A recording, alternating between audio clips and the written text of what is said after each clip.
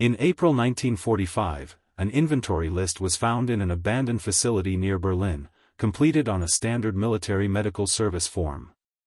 It listed incubators, autoclaves, centrifuges, refrigeration chambers, laboratory animal cages, and sealed containers marked with coded designations. The list was dated March. The column labeled Destination contained only dashes. The column labeled Officer Responsible for Evacuation bore a signature without a printed name. Some entries on the list were crossed out in pencil, others underlined in red ink. Nearby were transport waybills prepared several days later. They recorded the dispatch of medical equipment but contained no confirmations of receipt. Several container numbers did not correspond to the numbers in the inventory list.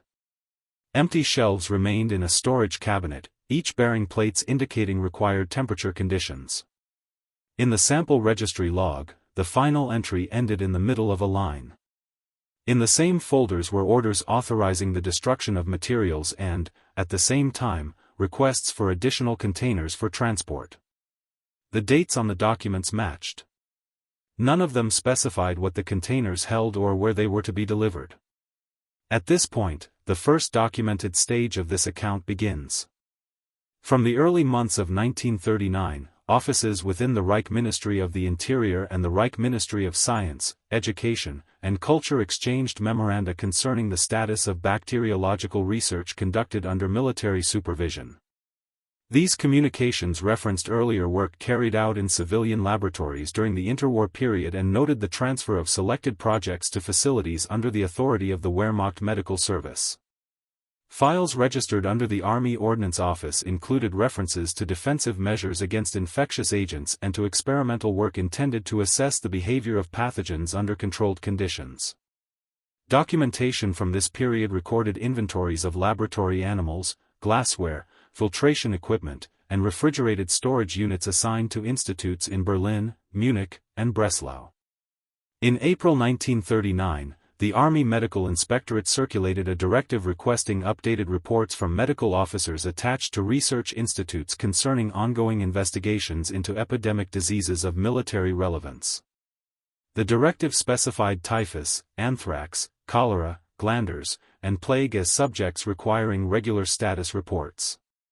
Responses compiled during May and June listed personnel assigned to each project, their academic credentials, and the institutional affiliations through which funding was routed. The language of these reports remained technical and administrative, focusing on personnel numbers, budget allocations, and space requirements. References to experimental outcomes were brief and limited to observations recorded in laboratory notebooks maintained under supervision. By late summer 1939, as mobilization measures expanded, sections within the Wehrmacht High Command reviewed contingency plans addressing the risk of epidemic outbreaks among troops. Minutes of meetings held at the Army Medical Academy in Berlin noted concerns regarding sanitation, vaccination coverage, and quarantine procedures. Within the same files appeared references to parallel research tracks examining the stability of infectious agents during transport and storage. These references were accompanied by requisition orders for sealed containers, protective clothing, and specialized transport crates. The documentation did not indicate deployment plans but recorded the existence of standardized handling instructions classified for internal circulation. After the outbreak of hostilities in September 1939, administrative correspondence reflected an increase in security classifications applied to bacteriological research.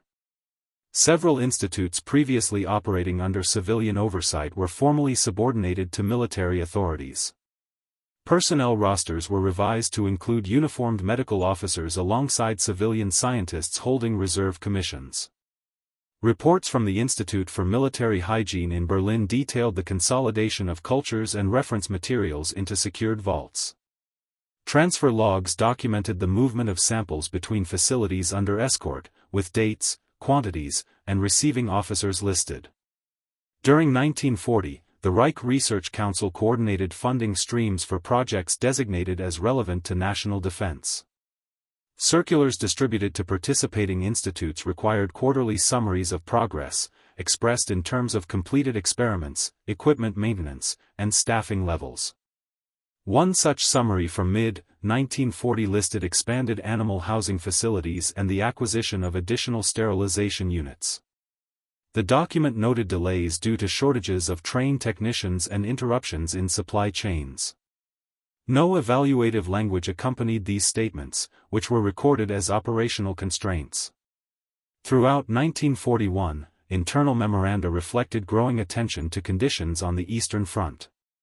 Reports from Army medical units stationed in occupied territories described outbreaks of typhus and dysentery among civilian populations and prisoners of war. These field reports were forwarded to research institutes for analysis. Laboratory correspondents acknowledged receipt of epidemiological data and noted its incorporation into ongoing studies. The exchange of information followed established channels, with summaries prepared for senior medical officers within the High Command. In July 1941, a directive issued by the Chief of the Army Medical Service ordered the expansion of research capacity related to epidemic control. Facilities in occupied Poland were identified for adaptation to laboratory use. Engineering assessments detailed the condition of existing buildings, availability of water and electricity, and proximity to transport routes. Subsequent orders authorized the transfer of equipment and personnel to these sites.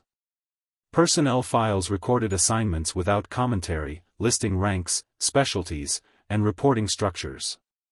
By early 1942, documentation indicated that the SS Economic and Administrative Main Office had assumed oversight of certain research installations. Correspondence between SS medical offices and civilian institutes outlined arrangements for cooperation, including access to laboratory space and biological materials. Transport manifests recorded shipments of laboratory supplies to camps designated for medical research. The records maintained a standardized format, noting dates, quantities, and authorizing signatures. Throughout 1942, periodic inspection reports evaluated laboratory compliance with safety regulations. Inspectors noted the condition of ventilation systems, waste disposal methods, and storage practices. Deficiencies were recorded alongside instructions for correction. These reports did not include narrative commentary beyond the items inspected. Compliance deadlines were specified, and follow-up inspections were scheduled. In the same year, intelligence summaries compiled by the Wehrmacht included assessments of foreign research capabilities. These summaries drew on intercepted communications, open-source publications, and reports from attaches. References to enemy bacteriological programs were framed in terms of potential threats. The summaries were distributed to relevant departments and archived with restricted access markings. No directives for retaliatory measures appeared in the same files. During 1943, budgetary constraints affected research programs across the Reich. Financial ledgers from the Reich Research Council showed reductions in allocations to several institutes. Correspondence accompanying these figures instructed administrators to prioritize essential activities. Equipment inventories were revised, and surplus items were reassigned. Personnel transfers were recorded as part of these adjustments, with scientists reassigned to clinical duties or other research areas. In mid-1943, air raids on German cities disrupted laboratory operations. Damage reports from Berlin and Hamburg described destruction of buildings housing research equipment. Salvage operations were documented, listing recovered instruments and materials. Temporary relocation plans were implemented, with laboratories moved to rural sites. Transport orders and requisition forms detailed these movements without additional narrative.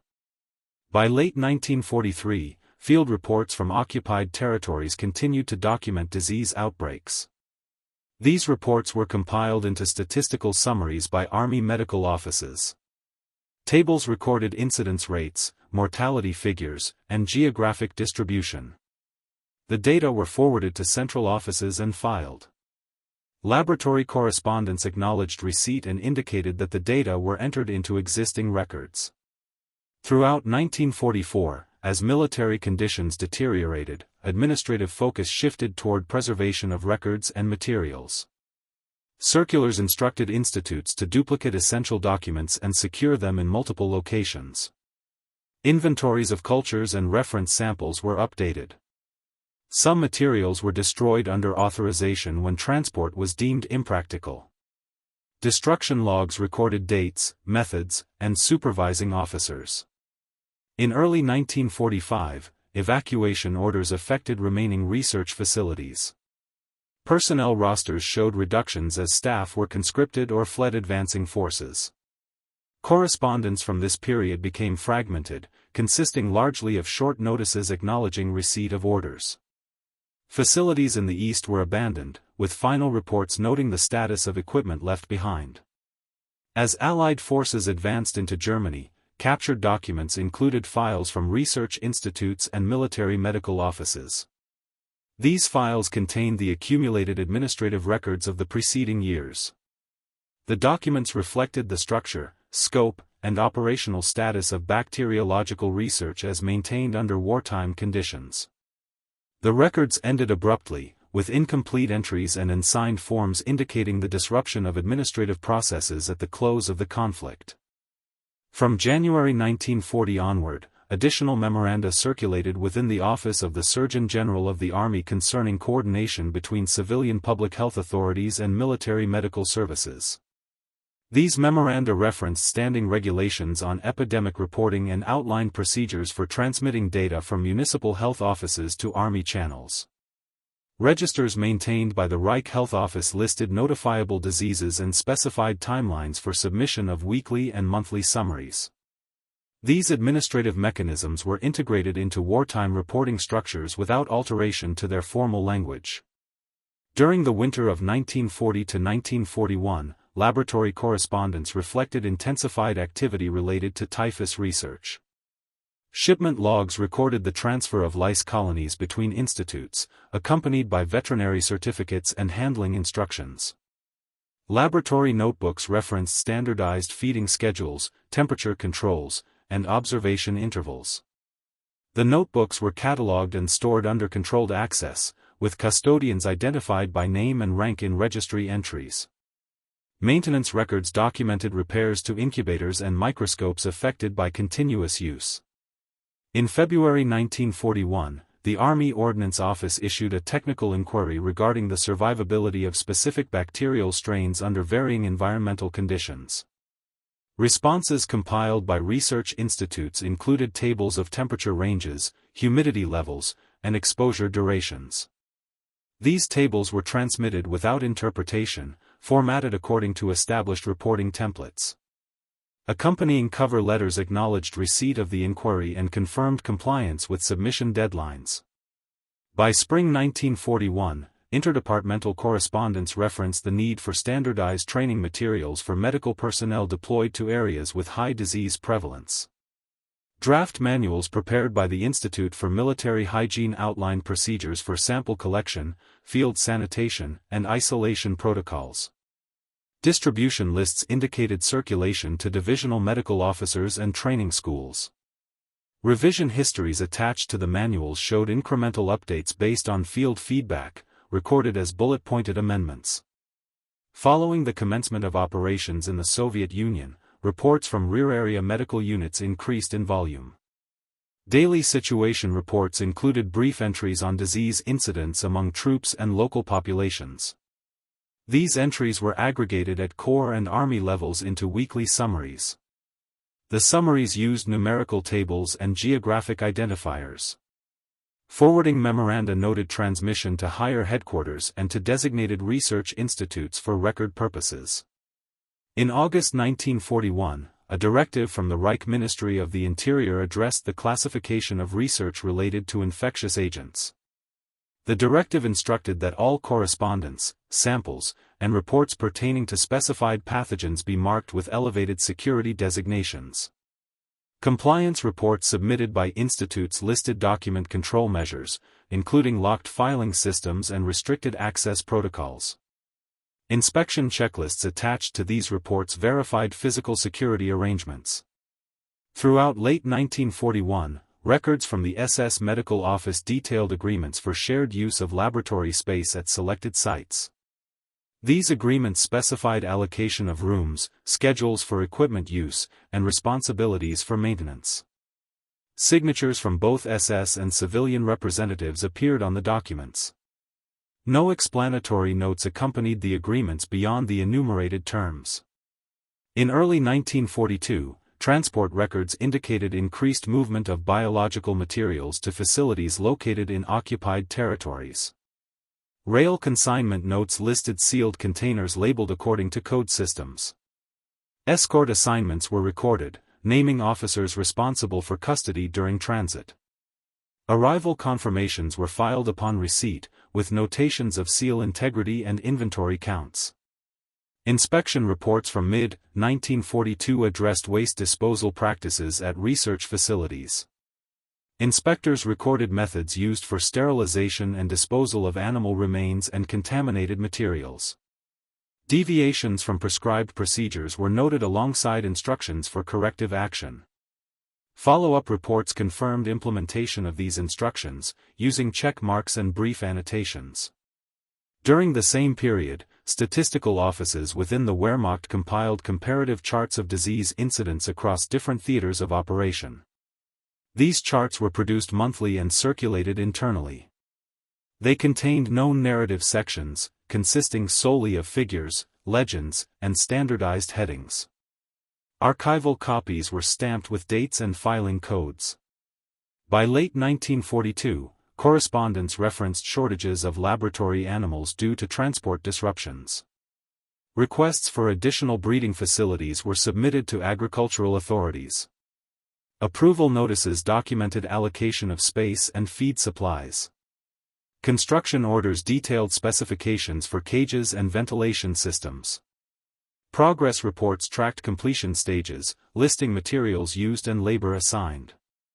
In January 1943, the Reich Research Council issued revised funding guidelines reflecting overall budget adjustments. Institutes responded with amended expenditure plans.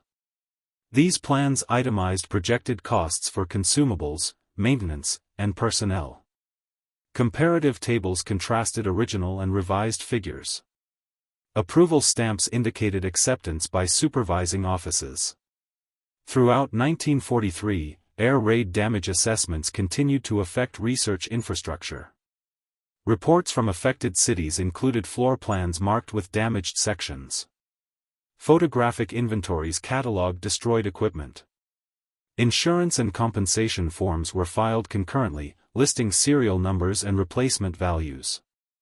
Temporary storage sites for salvaged materials were identified by address and capacity. In parallel, training records from medical academies documented courses conducted on epidemic prevention and laboratory safety. Attendance lists recorded names, ranks, and units of participants. Examination results were filed as numerical scores without commentary. Certificates of completion were issued and logged. By mid-1943, intelligence bulletins circulated summaries of foreign press articles referencing public health measures abroad. These bulletins extracted factual statements and translated them into German. Marginal notes indicated source publications and dates.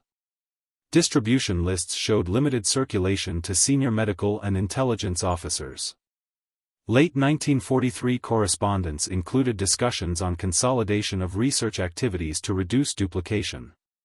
Proposals outlined mergers of smaller units into centralized facilities. Implementation orders specified timelines for relocation and reassignment of personnel. Updated organizational charts reflected these changes, listing reporting lines and functional responsibilities. In early 1944, evacuation planning documents addressed contingencies for rapid relocation of laboratories. These documents enumerated priority items for transport, including cultures, records, and essential equipment. Packing instructions detailed container types and labeling conventions. Transport schedules were drafted but marked as provisional. Field medical reports from 1944 continued to record disease conditions in occupied and contested areas. These reports maintained consistent formatting, with headings for location, unit, and reporting period. Data fields included case numbers and outcomes. Reports were signed by medical officers and forwarded through established channels. As Allied air operations intensified, additional directives emphasized record preservation. Microfilming of documents was authorized for selected institutes. Logs recorded reels produced and storage locations. Duplicate sets were dispatched to designated repositories. Destruction of non-essential files was authorized under supervision, with destruction certificates filed. By autumn 1944, personnel files indicated increasing turnover. Transfers, leaves, and casualties were recorded in standardized forms.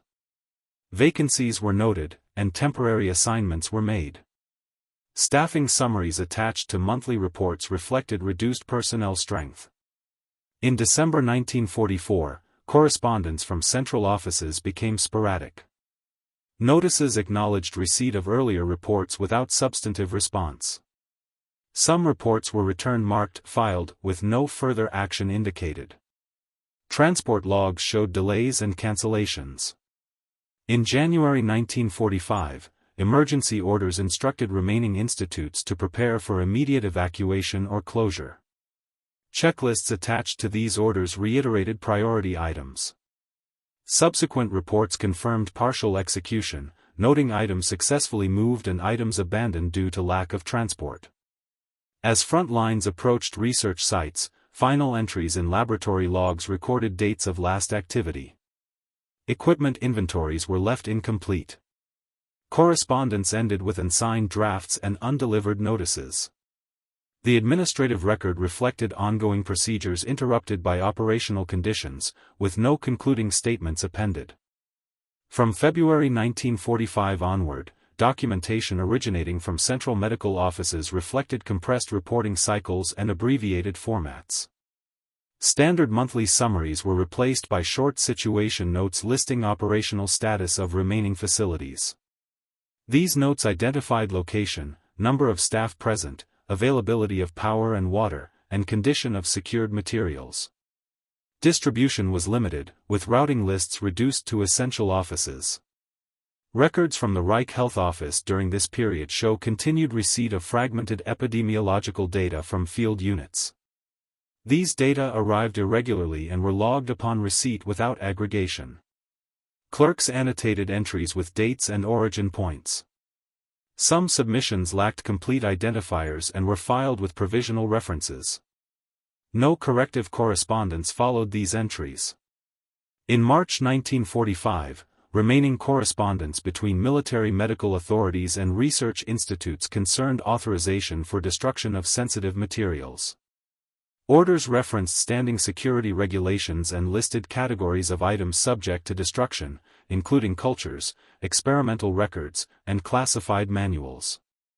Destruction certificates documented methods employed, such as chemical neutralization or incineration, and recorded supervising personnel. These certificates were filed in duplicate where possible. Transport records from the same period indicate limited movement of materials toward western regions. Rail consignments were fewer in number and often marked as incomplete. Escort assignments were recorded but frequently annotated with remarks indicating delays or route changes. Arrival confirmations were inconsistent, with some consignments lacking follow-up documentation. Inspection reports ceased regular issuance. Instead, brief notes from supervisory officers recorded site visits conducted under constrained conditions. These notes listed observations in telegraphic style, such as facility evacuated, equipment removed, or site inaccessible. Dates and signatures were sometimes omitted. Personnel rosters from March and April 1945 show accelerated reductions in staff numbers. Entries recorded reassignment to field units, hospitalization, or absence without further detail. Civilian staff entries often ended with "no further contact." Payroll records from the same period reflected partial disbursements and outstanding balances, annotated with remarks regarding administrative disruption. Laboratory logbooks recovered from several sites contained final entries documenting routine procedures performed shortly before evacuation. These entries included dates, experiment identifiers, and initials of technicians. Subsequent pages were blank. In some logbooks, loose pages were inserted listing inventories of remaining supplies. These lists were unsigned. Correspondence between SS medical offices and civilian institutes during this phase was minimal. Surviving documents consisted primarily of acknowledgments of receipt or confirmations of compliance with earlier orders. No new agreements or directives were recorded. Filing stamps indicated receipt dates but not processing actions. Statistical offices within the Wehrmacht continued limited compilation of disease incidence figures where data were available. Tables produced in early 1945 were incomplete, with gaps indicated by blank cells. Headings and legends followed established templates. Circulation lists were truncated, and archival stamps indicated provisional filing. In April 1945, orders from higher headquarters directed medical units to prioritize care of wounded personnel and management of immediate public health concerns. These orders referenced existing regulations and did not introduce new procedures. Research-related activities were not mentioned. Copies of these orders were filed alongside earlier directives without cross-referencing. As Allied forces entered regions containing former research facilities, captured documents included administrative files, inventories, and correspondence. These materials reflected the state of record-keeping at the time of capture. Some files were intact, while others showed evidence of hurried consolidation. Folder labels and registry numbers corresponded to established classification systems. Captured transport manifests listed items removed from facilities prior to abandonment. These manifests included quantities and container codes. In several cases, annotations noted discrepancies between listed and observed contents. No explanatory memoranda accompanied these annotations. Medical officers attached to occupying forces compiled preliminary inventories of seized materials. These inventories catalogued laboratory equipment, documents, and remaining biological samples. Descriptions were factual and limited to identification and condition. Serial numbers and markings were recorded where present. Reports prepared by occupying authorities noted the absence of personnel at several sites. Buildings were described in terms of structural condition and contents. Rooms designated as laboratories were identified by remaining fixtures and signage. No operational activity was recorded at the time of inspection. In areas where civilian populations remained, local health offices resumed limited reporting. These reports referenced disease conditions and sanitation status. They followed pre-war reporting formats and were addressed to regional authorities. The reports did not reference military research activities. By late April 1945, communication lines between former Reich medical offices were largely non-functional.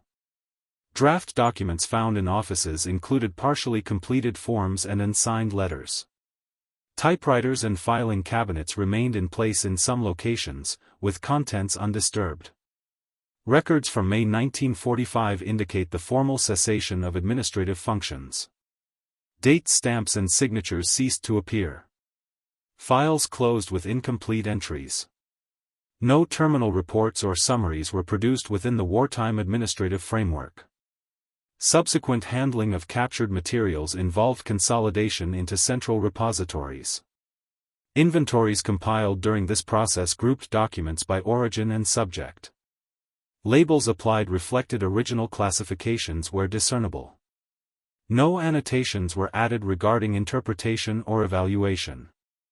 The surviving documentation from bacteriological research conducted under wartime authority thus consisted of administrative records, technical reports, inventories, and correspondence produced in the course of routine operations. These records reflected procedures as carried out, recorded according to regulations in force at the time, and preserved to the extent permitted by operational conditions prevailing during the final months of the war. In May 1945, administrative files seized in Berlin, in Thuringia, and in other occupied districts were collected under guard and moved to temporary holding rooms established by the occupying authorities. Each bundle of folders was tagged with an origin point, a date of seizure, and the name or unit designation of the collecting detail. Clerks assigned to document handling compiled intake lists. These lists recorded the number of binders, loose packets, ledgers, and laboratory notebooks received, and whether they bore security classifications, stamps, or registry numbers. Where folders were damaged or partially burned, intake notes identified missing sections by page count when pagination remained intact. In locations where intact laboratory rooms were found, inspection parties produced room-by-room inventories. These inventories identified benches, sinks, autoclaves, incubators, centrifuges, microscopes, animal cages, refrigeration units, glassware cabinets, chemical stores, and waste containers. Labels on bottles, culture tubes, and specimen jars were copied as written, including lot numbers, dates, and abbreviated notations. Where coded designations appeared, they were transcribed without attempt to expand them in the inventory itself. Photographs were taken of storage shelves, sealed cabinets, and any posted handling instructions. Doors and cabinets were then sealed with tape and marks, and keys were logged to specific custodians. Among the seized papers were technical reports prepared for internal circulation within wartime German medical and research administrations. The reports varied by institute and date but commonly followed standard formats with typed headings, reporting periods, and signature blocks. Some were signed and dated, others were drafts with blank signature lines. Appendices included tables of experimental parameters, equipment lists, procurement requests, and laboratory animal usage logs. Where multiple carbon copies existed, they were gathered together and marked as duplicates. In some cases, envelopes contained handwritten notes attached to typed reports. These notes were preserved with the associated documents and entered into the intake list as attachments. Special handling instructions were issued by occupying authorities for any material suggesting the presence of infectious agents. Field orders specified that containers suspected of holding viable cultures or infected tissues were not to be opened at the seizure site. Such containers were placed in secondary packaging, sealed, and transported separately. The movement of these items was recorded in transport logs listing departure location, IME, escort detail, and destination. On arrival at designated facilities, receiving officers confirmed seal integrity and recorded storage conditions in reception registers. In the Western occupation zones, intelligence and technical exploitation units were tasked with locating personnel and records associated with specialized research. Interrogation requests were issued for identified physicians, laboratory administrators, and procurement officers. These requests were accompanied by short biographical summaries compiled from captured personnel rosters, correspondence, and address books. Arrest and detention orders were logged by local military government offices. Detention records included dates, places of arrest, personal property inventories, and initial interview scheduling notes. Interviews conducted in May and June 1945 were recorded as written summaries or typed transcripts depending on the unit conducting them. The record stated the date and location of the interview, names of interviewers, interpreter notes where applicable, and the subjects identifying data.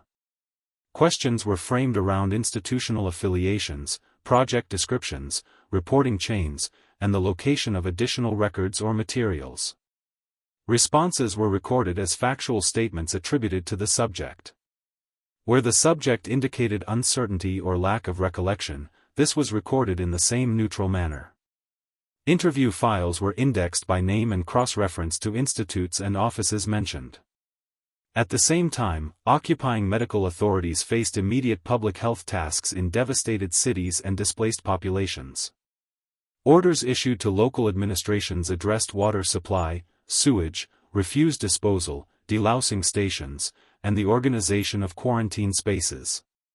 These orders referenced communicable disease risks present in the population and required local reporting of outbreaks. In districts where former German medical offices still had staff present, the existing reporting formats were used, with revised addressees and submission points. These public health directives and their accompanying reports were filed separately from technical exploitation files but sometimes shared clerical staff and storage rooms, leading to mixed bundles that required later sorting. In June 1945, a series of technical memoranda circulated within Allied commands concerning the handling of captured German scientific material. These memoranda established procedures for cataloging, translation, and forwarding of documents to central analysis points. Translation teams produced abstracts of documents judged relevant. Abstracts retained original document identifiers where present and included brief descriptions of content, date, originating institute, and attached appendices. Full translations were ordered for a smaller number of documents.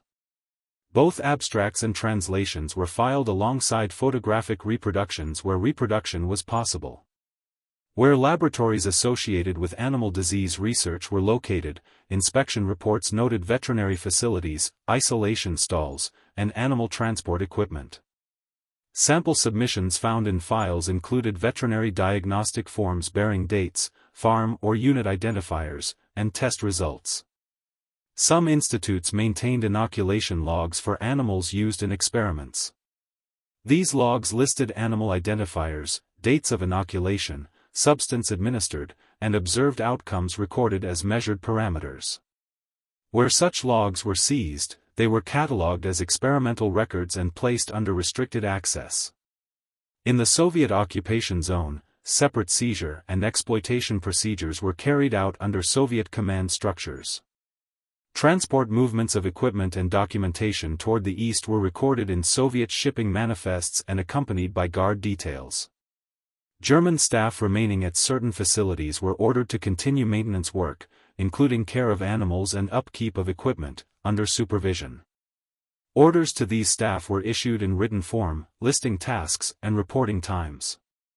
Compliance notes were kept by supervising officers and included attendance lists and task completion marks. Across the occupied territory, the question of intact stockpiles was addressed through repeated searches of depots, hospitals, and warehouses. Lists of medical stores were compiled and compared against captured procurement requests and inventory sheets. Items sought included protective equipment, filter units, sealed containers, and specialized laboratory apparatus. Where stores were found, they were tagged and either secured in place or moved to central depots. Documentation did not record operational use of these stores during the final combat period but did record their presence, quantities, and conditions at the time of seizure. By July 1945, consolidated lists of German institutes and personnel associated with wartime epidemic research and laboratory work were being maintained by Allied technical intelligence staffs. These lists were updated as additional names appeared in documents and interviews. Each entry included known addresses, institutional roles, and known associates. Some lists were annotated with notes indicating whether the person was in custody, at large, hospitalized, or deceased, based on available administrative records and field reports. These lists were treated as working tools and revised frequently, with older versions retained in files. In parallel with document exploitation, certain German specialists were directed to provide written statements describing their wartime activities. These statements were collected under controlled conditions and placed into case files. They typically included chronological summaries of institutional assignments, descriptions of research topics, funding sources, and the identity of supervising offices. Where statements referenced specific reports or laboratory notebooks, clerks added cross-references to document registry numbers. In some cases, the statements included hand-drawn sketches of laboratory layouts or storage arrangements, attached as exhibits. The handling of seized biological materials was governed by precautionary directives. Containers judged to hold potentially viable agents were transferred to controlled laboratories operated by the occupying forces.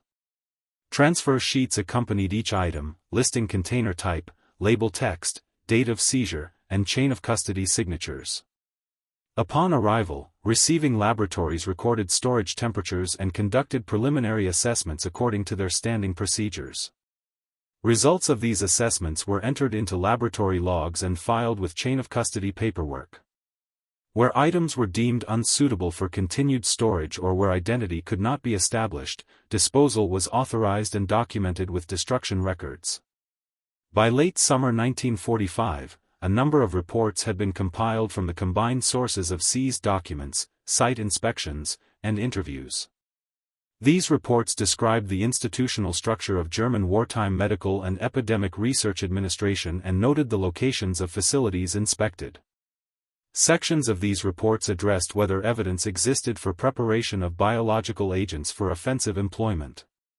In the language used at the time, the reports recorded the presence or absence of specific categories of evidence, standardized munitions adapted for biological payloads, operational orders, distribution plans, unit training for employment, or stockpile documentation beyond laboratory-scale holdings. Where reports noted that such categories of evidence had not been located during the inspections and document review conducted to that date, they recorded this as a current status statement and listed continuing search tasks. Interrogation files from the same period show recurring questioning about research into anthrax, plague, cholera, glanders, and typhus, as well as questions about delivery methods and field testing. Subjects identified institutes, supervisors, and administrative lines. Where they denied knowledge of weaponization work, this was recorded as their statement. Where they described defensive work such as vaccine production, diagnostic methods, and delousing procedures, these were recorded as described, sometimes with references to production figures drawn from institute ledgers. In cases where the subject claimed that materials had been destroyed during evacuation, investigators requested specific dates, locations, and responsible personnel, and those details were added to search lists. In several occupied cities, captured correspondence showed that wartime German offices had monitored foreign reports and rumors about biological warfare and had issued internal alerts concerning potential enemy use. Such alerts were found in files as circular letters and memos directed to medical officers and civil defense authorities. They included instructions on protective measures, decontamination steps, and reporting requirements. These circulars were entered into Allied document catalogs as evidence of defensive planning and were compared with other captured files to determine their distribution scope and dates.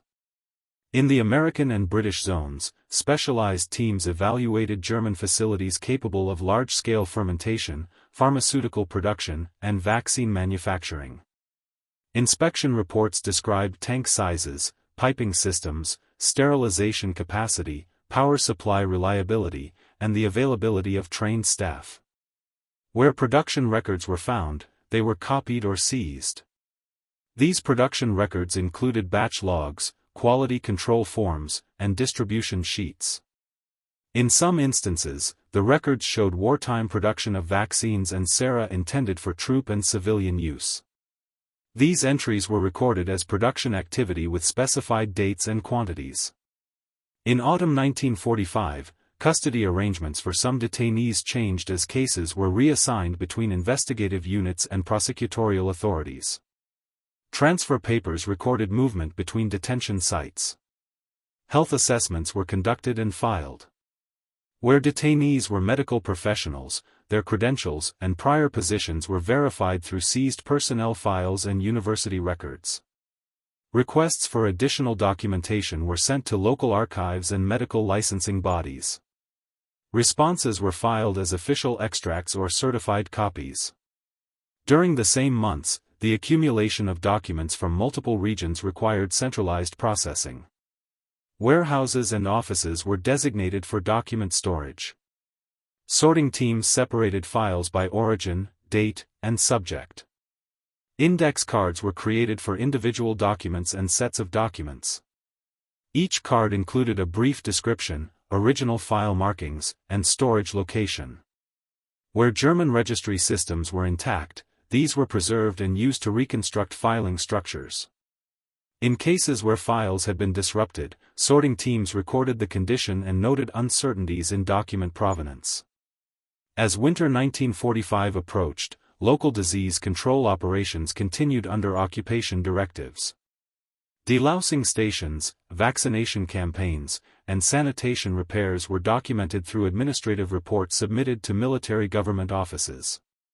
These reports maintained a factual tone, listing numbers treated, supplies issued, and facilities repaired. Where typhus or other outbreaks occurred, outbreak reports recorded dates, affected districts, case counts, and measures applied.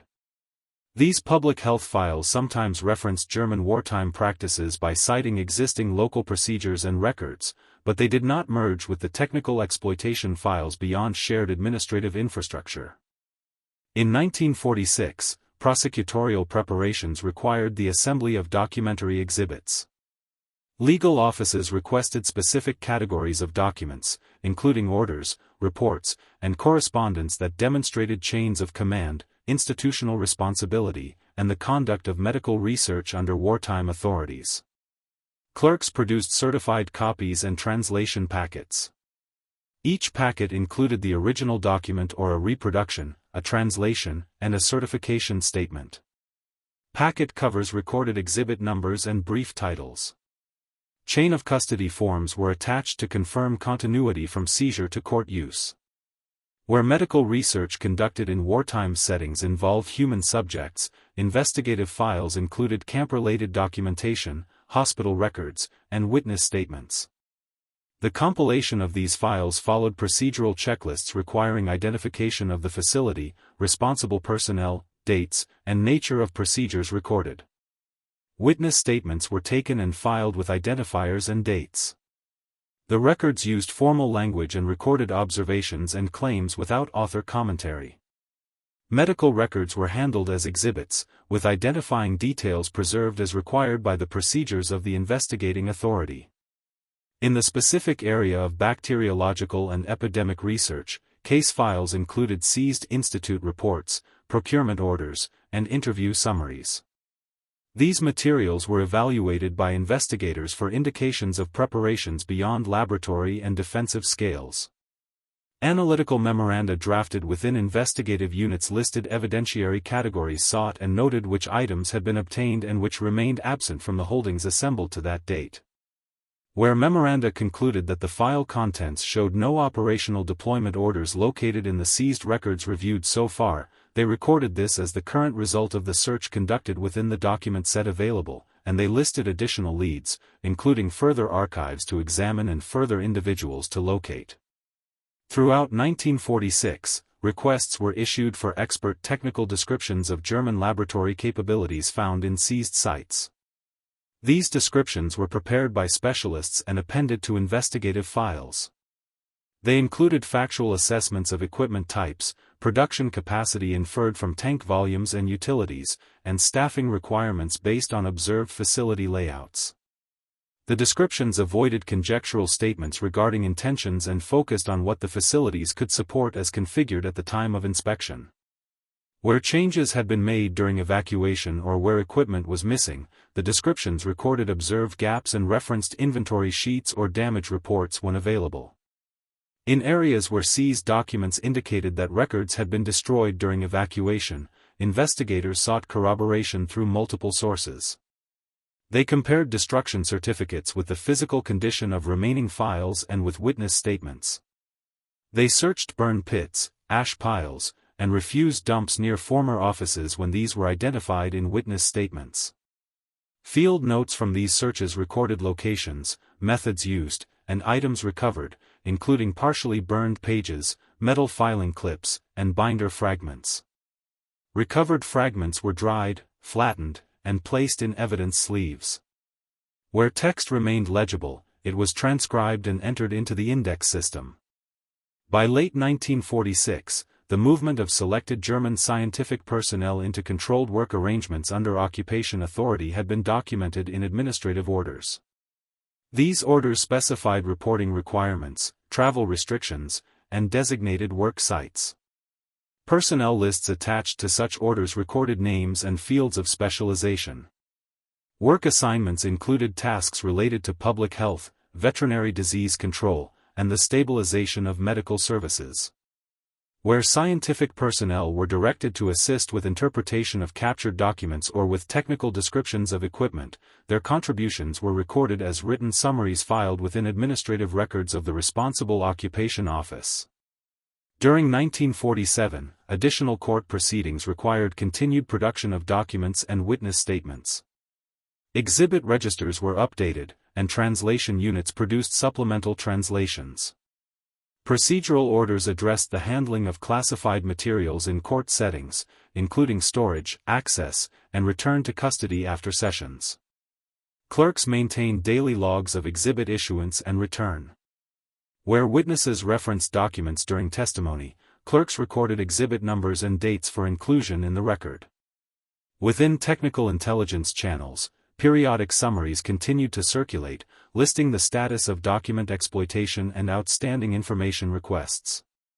These summaries identified remaining gaps, such as missing laboratory notebooks, unlocated correspondence files from specific offices, and incomplete procurement ledgers. They also listed the locations of repositories holding the bulk of seized material and named responsible custodians. Where seized materials had been transferred between national authorities, transfer receipts documented dates, quantities, and the receiving office. Across these administrative, investigative, and legal processes, the documentation preserved the contemporaneous record as it was gathered, catalogued, and handled. Seizure lists, inventories, translations, interview summaries, chain of custody forms, and exhibit registers continued to be generated according to established procedures.